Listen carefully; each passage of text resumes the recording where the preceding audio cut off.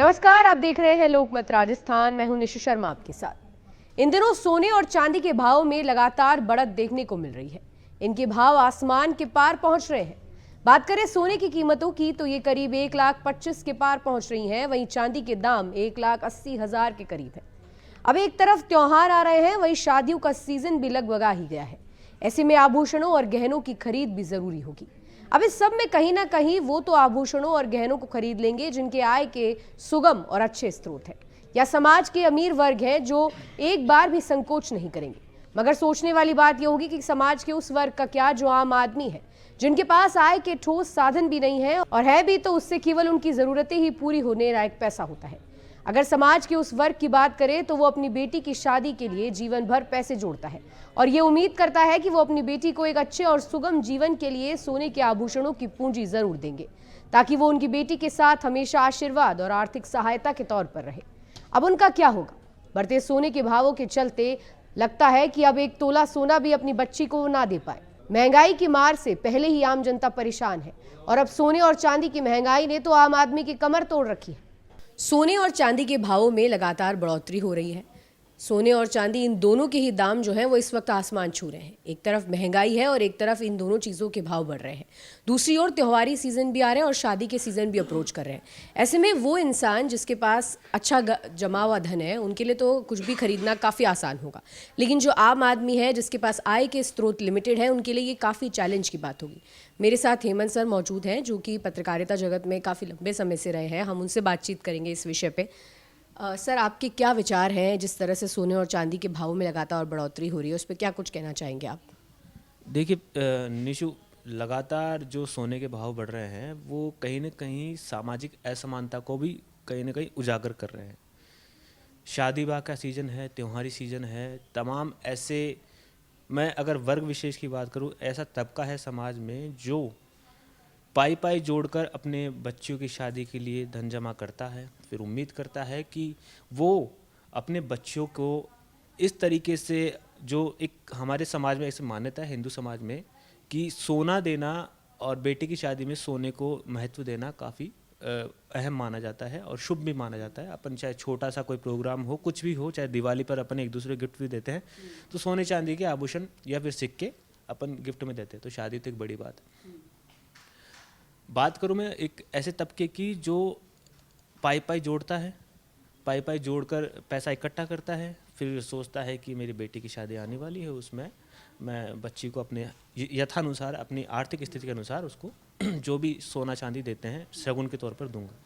जब अब मार्केट की स्थिति आप देख रहे हैं, मार्केट की स्थिति ऐसी है कि आज मीडियम क्लास या फिर उससे नीचे का तो तबका है, उसकी पहुंच से बाहर हो चुका है सोना। मार्मिक दृश्य ये है कि जो पिछले 6 महीने में से इंतज़ार कर रहा था कि अब अक्टूबर नवंबर के सावे भी आ रहे हैं, बच्चों की शादी की तैयारी कर रहे थे, जिन्होंने ये सोचा होगा कि सोना चल उस समय 1 लाख था, क्या पता नीचे आएगा नीचे आएगा नीचे आएगा, लेकिन अब जाके जब नवंबर आने को है, शादियों का सीज़न आने वाला है, जब सोना नीचे जाने के बजाय ऊपर बढ़ता जा रहा है, बढ़ता जा रहा है, अब उनकी उम्मीदों पे पानी फिर गया है। अब उनको जो आर्थिक स्थिति जो उन्होंने बना के चल रहे थे वो लोग कि हम शादी में इतना सोना खरीदेंगे, 2 लाख 3 लाख जितने का भी खरीदेंगे, उनकी आर्थिक स्थिति भी डामाडोल हो चुकी है।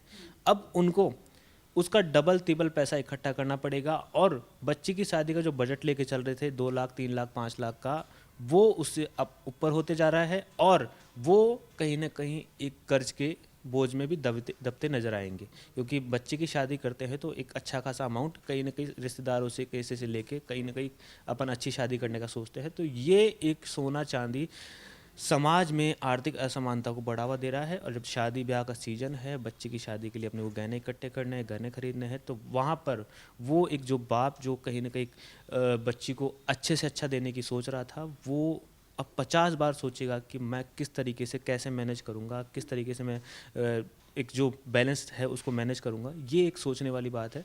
और मैं मानता हूँ चलो ठीक है, आर्थिक असमानता है, वैश्विक तौर पर आर्थिक असमानता चल रही है, लेकिन सरकारों को भी इस बारे में सोचना चाहिए कि आखिर हम ऐसे कौन से प्रयास कर सकते हैं जिसके माध्यम से जो व्यापार, जो मार्केट है उसमें सोने को, या तो कोई ऐसा देखा जाता है कई बार कुछ ऐसे वर्ग तबके होते हैं वो भी कहीं ना कहीं सोने के भाव को बढ़ाने में खुद का हित देखकर उनको बढ़ाते हैं।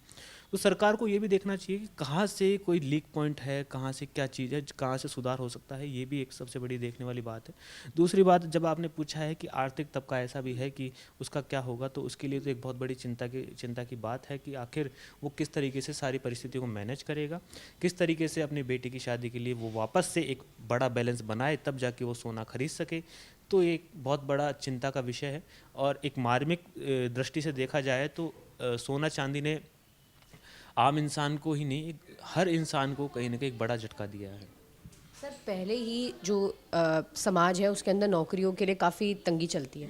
नौकरी पाना आज के ज़माने में एक बहुत बड़ा चैलेंज है, और अगर मिल भी जाती है तो वो उससे बस बेसिक नेसेसिटी पूरी होती है।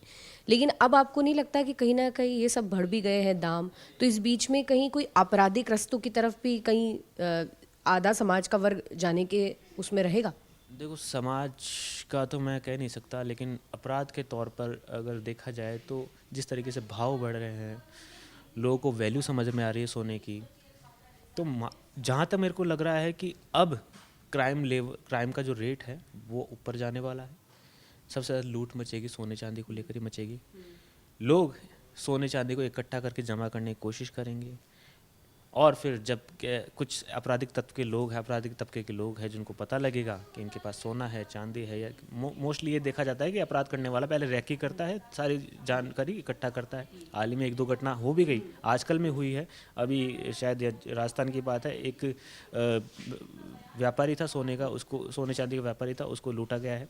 तो ऐसे में ऐसे जो टारगेट हैं जो सोने चांदी का व्यापार करता है, या फिर जिसके पास ज़्यादा सोना है, ऐसा कुछ है, तो वो एक बेसिक सी बात है कि जिस चीज़ का रेट बढ़ेगा उस चीज़ की डिमांड मार्केट में ज़्यादा बढ़ेगी, और लोग उसको कम दाम में खरीदने की कहीं ना कहीं हथकंडे अपनाएंगे। तो ये सीधी सी बात है कि क्राइम बढ़ेगा।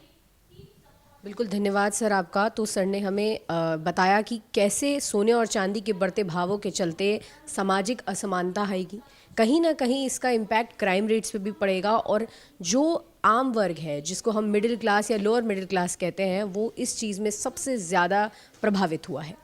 इस पर आपके क्या विचार हैं, आप हमें कमेंट्स में ज़रूर बताएं, और देखते रहिए लोकमत राजस्थान।